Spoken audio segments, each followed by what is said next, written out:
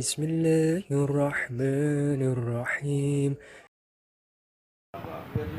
Assalamualaikum warahmatullahi wabarakatuh. Pada hubungan Jindan, Gus Baha dan semuanya, langsung saja mengikuti daripada apa yang disampaikan Gus Baha, yaitu gerakan cangkem elek. Alhamdulillah tempat kita di daerah Bogor khususnya bertempat yang berseberangan dengan beberapa faham yang macam-macam, dan itu mustajab gerakan cangkem elek untuk menghadapi mereka. Ngoten Gus.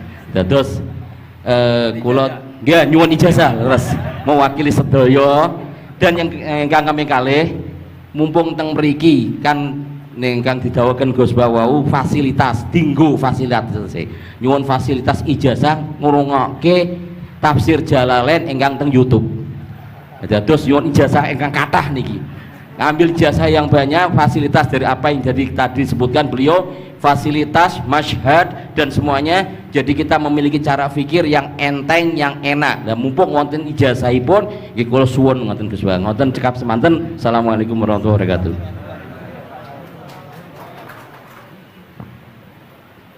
Assalamualaikum warahmatullahi wabarakatuh. Gus Baha, saya Nawawi Bahrudin. Kalau secara organisasi saya dari PCNU Kota Tangerang. Saya Mustasar. Bersyukur sekali saya bisa berjumpa dengan Gus Baha dan Habib Jindan, yang beliau ini keduanya adalah idola saya. Kalau boleh ngaku, saya ini ngaku sebagai santri kalong virtual via YouTube Gus Baha dan Habib Jindan. Jadi apa namanya, sejak kecil saya ini dididik secara tradisi tasawuf yang agak sangat keras begitu ya. Kalau saya boleh cerita nih, ada ponakan saya nih Ustaz Samsuri, kami tuh keluarga besar kami tidak ada yang dulu miara TV Gus, televisi nggak ada, bunga bank juga susah gitu, musik itu haram, speaker nih juga haram nih dulu. Nah perkembangannya kemudian sampai semakin besar, ada idola-idola kami yang agak keras begitu melontarkan kritik kepada pemerintah, yang kemudian itu membuat saya galau gitu ya. Kenapa ulama-ulama kita bersikap terhadap pemerintah keras memberikan kritik? Nah, saya menemukan jawaban bertemu dengan Habib Jindan via YouTube tentunya dulu ya, walaupun saya kebetulan pernah juga silaturahim, kemudian juga dengan Gus Baha. Ini ada perspektif yang berbeda gitu ya, antara relasi ulama dengan umaro. Pendekatannya itu tidak yang kritik, yang bukan sekedar kritik tapi adalah menghujat. Nah ini saya temukan formula yang sangat menjawab kebutuhan saya pribadi, sehingga istri saya ini udah mulai cemburu sama Gus Baha karena saya terlalu sering nonton YouTube Gus Baha. Gitu. Nah yang kedua, soal sanad ya, salah satu bukti saya pernah dengar cerita Gus Baha, agama itu adalah riwayah, oleh karena itu perlu sanad. Nah saya merindukan bersanad dengan Gus Baha nih, tapi kan saya bukan santri yang secara langsung, oleh karena itu dalam kesempatan ini saya ingin minta rukhsah sebetulnya Gus dan Habib. Kami ini kalau boleh mewakili, diakui sebagai murid Gus Baha, bisa bersanad walaupun dalam pertemuan tatap mukanya saat ini aja baru. Mudah-mudahan ke depan bisa dilanjutkan. Terima kasih Gus. Assalamualaikum warahmatullahi wabarakatuh. Nggak apa-apa Ustadz, sahabat aja sekali ketemu Nabi langsung jadi sahabat kok. Baik, Gus Baha barangkali duluan. Kiai Abdurrahman Sahal, Kiai Ustadz Nawawi. Iya, apa saya Gus? Iya. Begini ya, masalah cangkem elek tadi ya. Bakat tuh sampean? Sudah, alhamdulillah sudah bakat. Karena kalau lewat Habib Jindan tidak pantas, beliau biar sempurna saja, tidak usah sanad itu. Jadi begini, dulu ketika Sulhul Hudaybiyah itu kan umat Islam sedikit sekali, terus dipaksa untuk pulang dari Mekah, tidak boleh umroh. Terus sahabat berkomitmen berani mati bela-belain Rasulullah SAW. Ketika berani mati ini digojlok sama orang musyrik. Jangan-jangan setelah kami perang betul, kamu meninggalkan Muhammad. Ini yang omongannya orang musyrik. Abu Bakar Itu semua ulama tahu kalimat itu, cuma tidak usah diterjemah. Umsus bidrallat katanya. Itu padahal Abu Bakar yang ngertikan itu. Karena memang ekstrim. Terus kedua, ada orang Bedui itu ngukur seorang nabi itu dengan hal-hal yang kurang baik. Misalnya begini, ya Muhammad, kamu ngeklaim tahu berita langit, coba unta saya yang hilang itu di mana? Katanya tahu berita langit, sekarang tahu nggak unta saya hilang itu di mana? Mobil saya di mana tuh? Begitu juga ketika untanya hamil, bunting itu tanya, Muhammad, kalau kamu nabi katanya tahu berita langit, kamu tahu isinya yang di unta saya ini? Itu ada sahabat yang saking nggak kuatnya demi bela nabi itu, udah kalau tanya gitu tanya saya terus si tadi orang tadi dibilangin sahabat, nazauta 'alaiha fakanat minha sakhlah. Jadi intinya ini Habib Jintan biar senyum-senyum aja. Jadi intinya kadang ad-difa sama orang-orang gitu mau tidak mau nggak ada pilihan itu. Kalau yang ma'ruf di Quran ya uffil lakum wa lima ta'buduna min dunillah. Jadi ketika Nabi Ibrahim, ini sering saya patah-patah supaya tidak paham semua karena ini sanad kurang baik. Tapi kebutuhan itu.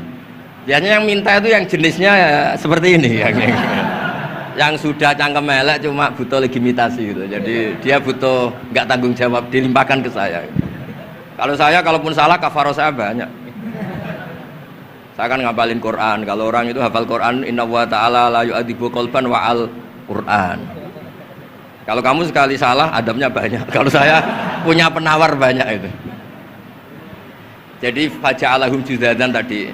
Siapa yang memecahi berhala ini? Kata Ibrahim, ya yang bawa kapak. Kenapa mecahin? Mungkin sentimen dia ingin disembah sendiri katanya.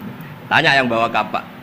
Kata orang-orang kafir, kamu kan tahu berhala itu tidak bisa ngomong, masa disuruh nanya gitu. Otak kamu di mana? Nggak bisa ngomong, nggak disuruh nanya. Otak kamu di mana? Terus Ibrahim balik ngendikan, balik mengatakan uffil lakum, otak kamu lalu di mana? Kayak ditanya aja tidak bisa jawab kok kamu sembah. Jadi di beberapa kesempatan sahabat belain Nabi sampai gitu. Jadi banyak orang Bedui, orang-orang kurang peradaban, karena Nabi itu memang nyatanya mendapat berita dari langit, mereka terus itu dijadikan alasan, unta saya hilang di mana Muhammad, ini di mana unta saya ini hamil, itu bentuknya kayak apa? Katanya kamu tahu berita langit, masa gini aja enggak tahu? Ya terus tadi saya enggak tahu, sahabatnya mungkin kayak jenengan enggak tahu saya. Terus dia ambil, udah tanya saya aja, nazauta 'alaiha fakanat minka minha sakhlah. Nazauta itu sudah paling anaknya ya kayak kamu lah, kamu yang nazauta 'alaiha, enggak usah diterjemah nazauta 'alaiha itu, tapi potongan-potongan gini tahu kira nazauta 'alaiha itu kayak. Artinya ya memang dalam banyak hal memang nggak bisa dihindari hal-hal seperti itu. Ya tapi tentu yang suasananya ilmiah, bukan hadun nafsi ya, suasananya yang ilmiah bukan apa? Hadun nafsi. Karena kadang-kadang memang mau tidak mau kayak ya tadi orang-orang yang menghujat Nabi, orang-orang yang apa itu. Kadang-kadang paling efektif itu ya jawab seperti itu. Ya, jawab seperti itu. Itu sudah berapa tadi? 3 kan? Nah, itu bukti bahwa kadang-kadang itu nggak ada pilihan dalam menjelaskan. Ya, nggak ada pilihan dalam menjelaskan. Ya, maksudnya seperti itu, tapi tidak tahu saya. Daripada anggap bibitan kan kasihan. Saya aja yang jawab. Nah, terus tadi yang Jalalain rutin sanad saya memang sebetulnya kalau saya boleh milih di mana-mana sanad tuh ngajinya utuh. Saya dulu ngaji Mbah Mun itu mulai Jamul Jawami, Fathul Wahab banyak.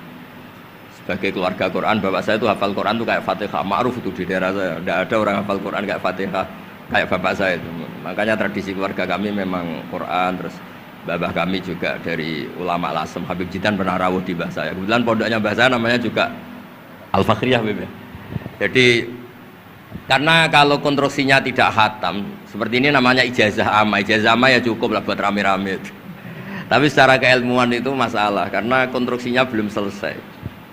Makanya tadi saya senang Habib Jitan ketika cerita ada orang ngajar lumak. Usul fikih itu perangkat yang mau tidak mau untuk alat tafsir. Misalnya begini, wa antasma'u bainal ukhtain, tidak boleh mengumpulkan perempuan 2 yang kakak beradik jadi istrinya 1 orang. Itu bainal ukhtain itu min itlaqil ba'di wa iradatil kul, yang dimaksud Allah adalah mengumpulkan 2 orang yang ada hubungan mahram. Coba kalau kita misalnya bikin gerakan kembali ke Quran, berarti yang haram hanya antasma'u bainal ukhtain. Padahal yang haram adalah bainal mar'ah wa ammatiyah, wala bainal mar'ah wa khalatiyah, wala bainal mar'ah wa jaddatiyah. Pokoknya dua perempuan yang ada hubungan mahram tidak boleh dikumpulkan dalam satu pernikahan. Bayangkan kalau orang tidak ahli usul fikih kemudian dia mentafsirkan Quran, terus dia hanya pegang wa antasma'u bainal ukhtain.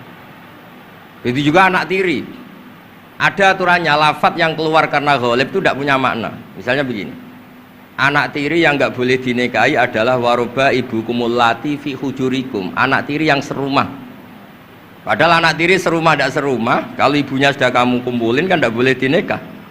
Lalu kata fi hujurikum di sini adalah yakhruju makhrujal ghalib. Ya umumnya anak tiri itu serumah, tapi bukan punya ikatan apa hukum. Nah, hal seperti itu kan riskan kalau kita tidak mengaji usul fikih, apa kaidah fikih. Misalnya gini, ada ular di dalam, terus kiainya bilang, Jamal ambilkan tongkat ya. Terus kamu karena nggak dipanggil namanya, terus nggak ngambil tongkat. Oh yang dipanggil Jamal bukan saya. Ini santri geblek dah. Sebenarnya kata manggil itu qaulun nabi li ahadin min ashabi itu qauluhu lil jami'. Yang hal-hal yang baik, yang darurat, siapapun yang bisa melakukan harus melakukan itu meskipun nggak dipanggil. Coba semua wiridan, ya Mu'ad inni uhibbuka fakul dubura kulli sholatin Allahumma a'inni ala dzikrika wa syukrika wa husni ibadatik. Sebagai riwayat fala tada'anna dubura kulli sholat. Terus kamu bilang nama saya ada Mu'ad loh, berarti tidak kena ijazah itu. Itu harus ada analisis usul fikih. Kalau enggak ya habis kita. Semua wiridan tuh ya Abu Hurairah, ya Mu'ad, ya Aba. Nah, terus kamu, saya ada yang di waksiati Rasulullah, ada yang diijazahi, ya tidak bisa. Jadi masalah sana tuh maunya kalau sampean orang baik, ya semua kebaikan tuh saya ijazahkan. Ya tapi tentu beda yang ngaji betulan sama yang ngaji begini-begini itu. Ya memang seperti itu, karena kalau ingin jadi ulama konstruksinya memang harus utuh. Karena tadi ada usul fikih, ada kaidah fikih, ada macam-macam kayak tadi wa antas ma'u bainal ukhtain. Itu ya zaman Nabi Sugeng sudah nambahi wala bainal mar'ati wa amatiha. Tidak boleh menikahi istri dan budenya atau bulenya. Nah, kenapa Nabi tidak bilang wala bainal mar'ati wa jaddatiha? Kayaknya orang kelainan kalau kepikiran seperti itu. Loh kalau bule itu masih masuk lah. Ya misalnya istri kamu 17, bulenya 27 kan kok cantik budenya kan masih bisa mikir. Tapi kalau istri kamu 20, mbahnya 80, kok kepikiran itu kan. Sehingga di hadis memang hanya wala bainal mar'ati wa ammatiha, wala bainal mar'ati wa kholatiha. Nabi tidak mengatakan wala bainal mar'ati wa jaddatiha. Kayaknya kalau orang normal tuh tidak kepikiran itu. Ya tapi apapun itu nyatanya Quran hanya wa antas ma'u bainal ukhtain. Itu kalau nggak dijelaskan pakai usul fikih, ini min itlaqil badi wa iradil qul secara balaghah. Ya, itu kan tidak bisa. Nah, di sini pentingnya ngaji khatam. Makanya saya suka ngaji Jalalain dengan penjelasan fikih, penjelasan usul fikih, karena supaya orang itu tahu lah bahwa maknani Quran tadi seperti yang didahulukan Habib Jindan itu. Ya kalau kamu tidak menguasai betul, terus akhirnya ngomong menurut saya, Quran kok menurut saya, menurut perasaan saya tidak bisa. Kata Habib Jindan kok biro'ihi, ya sudah pesan tiket di neraka. Ngeri kan? Apalagi sudah biro'ihi dapat penghormatan, dapat uang, dapat panggung. Islam kok menurut saya, loh ini Islam yang menurut Rasulullah, Islam kok menurut saya. Makanya ini saya fanatik bahwa kitab tadi saya tunjukkan ke Habib Jindan beberapa kitabnya Said Muhammad yang menyebut mbah beliau apa supaya mudawan. Dulu itu ada orang alim alama namanya Les bin Sa'ad. Kata Imam Syafi'i, al-Les afqahu min Malik illa annahu daya'ahu ashabuh. Imam Les secara fikih itu lebih alim dibanding Imam Malik, tapi daya'ahu ashabuh. Murid-muridnya enggak menulis. Andai kan Habib Salim tidak punya putra Habib Novel, tidak punya cucu Habib Jindan, mungkin orang enggak bakas lagi Habib Salim. Bazuber andai kan tidak punya putra Mbah Mun, orang juga nggak bakas lagi Bazuber. Bapak saya Kiai Nur Salim andai kan tidak punya putra Samu, kan orang sudah lupa. Dulu ini cerita yang paling ekstrim. Dulu Nabi Ibrahim pernah dikira Yahudi karena punya keturunan Yahuda bin Yakub bin Ishak bin Ibrahim. Ketika Yahuda punya perilaku tertentu seakan-akan itu dari mbah-mbahnya. Baru setelah Rasulullah SAW memaklumatkan ad-dinul hanif, ad-dinul Islam millatun hanifiyah, millata abikum Ibrahim, baru terpulihkan nama Ibrahim. Makanya kalau dalam nasihat Arab itu kama takarroma bi Muhammadin adnan. Dulu orang tuh nggak tahu Adnan itu siapa, Qusay itu siapa, Kilab itu siapa. Gara-gara punya cucu yang bernama Rasulullah Muhammad SAW, Sayyidul Khalqi, orang nyari-nyari Abdullah itu siapa, Abdul Muthalib itu siapa, Hashim itu siapa. Akhirnya diketahui Sayyid Abdul itu orang yang ganteng, perilakunya baik. Abdul Muthalib itu orang yang pertama sering makan-makan, ngasih makan orang haji, gini-gini. Dikatakan Syaibatul Hamdi karena terus orang ini dikatakan wasumi afisul bin Nabi sallallahu alaihi wasallam dzakara wa ta'ala walabba. Ini dikatakan Qusay litaqasi fi biladi qudaatal qasiyah. Terus dikatakan Kilab likasrati takalubi fil ardi karena orangnya aktif, sering berjuang di mana-mana. Terus jadi makanya kalau jenengan punya anak, punya cucu, doakan jadi orang baik. Karena status Anda ini tertera cucu-cucu Anda. Lho nggih misalnya bapak sampean alim terus putune nak domino di situ, mabuk-mabuk di situ. Itu disatakan makam keramat apa tempat mabuk. Nah, makanya dzurriyyah ini penting.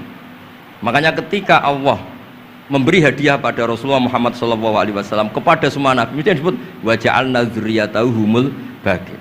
Ketika dikatakan kalimat tauhid juga wa ja'alaha kalimatam baqiyatan fi aqibi. Makanya ukuran orang baik itu ya anaknya, cucunya, apa-apanya. Karena ini yang meneruskan status kita. Ya jelas ya. Itu kalau Anda ini ngaji khatam, konstruksi itu tahu. Tapi kalau tidak khatam, ya hanya modal qabilna terus. Ya tapi ya gak apa-apa daripada sama sekali. Malah yudraku kullu, la yudraku kullu. Nggih, kersane disambung Habib Citra. Mau kersane kula ingin ikut dengarin ya. Yang kembali ada usaha satu aja, jenengan gak patut yang sanad saja. Mboten sampun. Mboten sampun. Yang sanad ijazah amal. كما إن صحت لنا الإجازة كما أجازنا سيد الوالد الحبيب نوفل بن سالم بن أحمد بن جندان عن والده الحبيب سالم بن أحمد بن جندان عن شيوخه جميعا وعن الوالد الحبيب نوفل عن جد الحبيب علي بن عبد الرحمن الحبشي وكذلك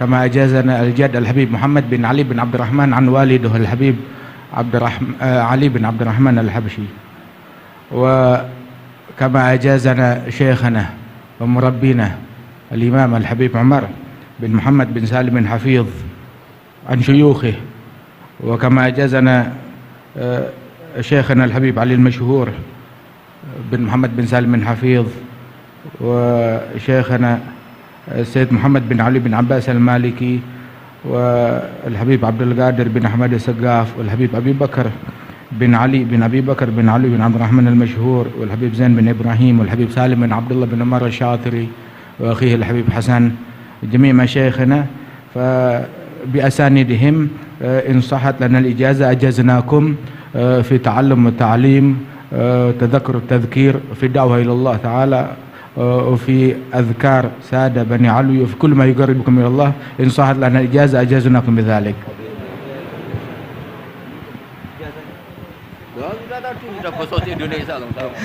Jadi ijazahnya Gus Baha pakai bahasa Indonesia kan. Jadi kita belum qabil tuh tadi. Insyaallah ya, insyaallah. Ada al-iznu bima'na al-ijazah, insyaallah.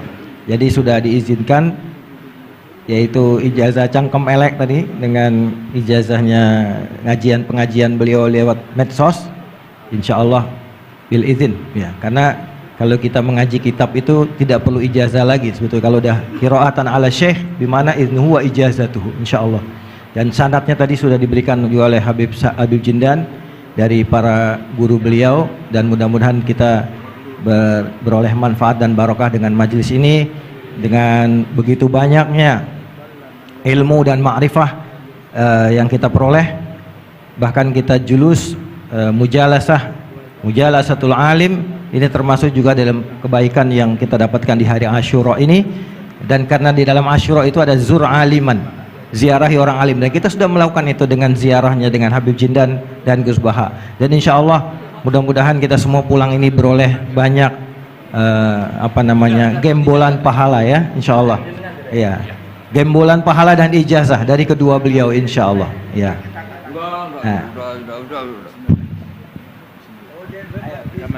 Ya.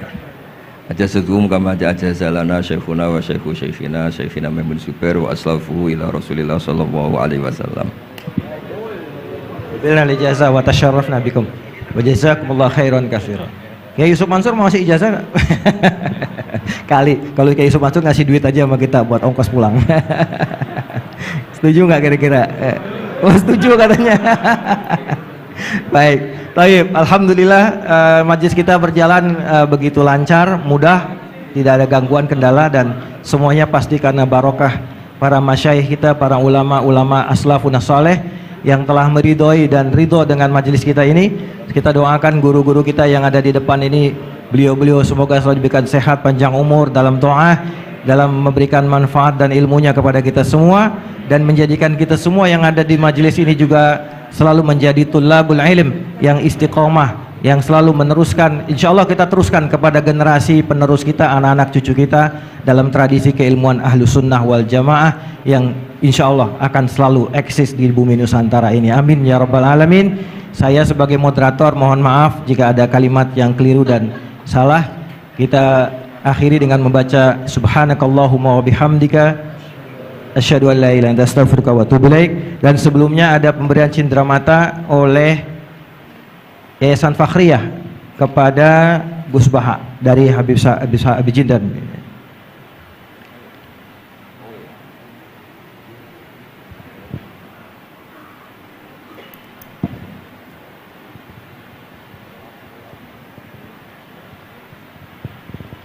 Sallu ala Nabi Muhammad. Kita senang dengan keberadaan beliau berdua ini, Masya Allah. Dan yang kedua dari Majelis Silaturahim diserahkan oleh Ustadz Mustafa Ismail. Fadhal, silakan.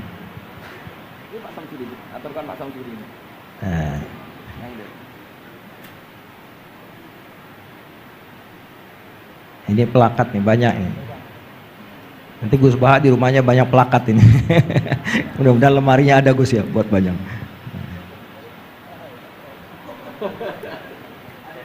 Buat Habib Jindan juga dan buat Gus Baha. Baik.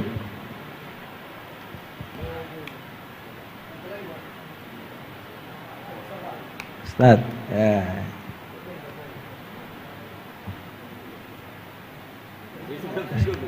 Nah, ini. Saking girangnya sama Gus Baha sampai lupa plakatnya mau dikasih. Salaman duluan, plakatnya belum. Baik. Baik, alhamdulillah, alhamdulillah.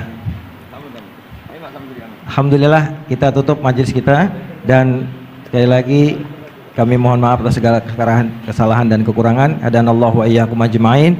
Kita setelah ini ada majelis rohah nanti dipandu oleh MC. Dan saya sebagai moderator pamit diri dan alafumikum. Assalamualaikum warahmatullahi wabarakatuh.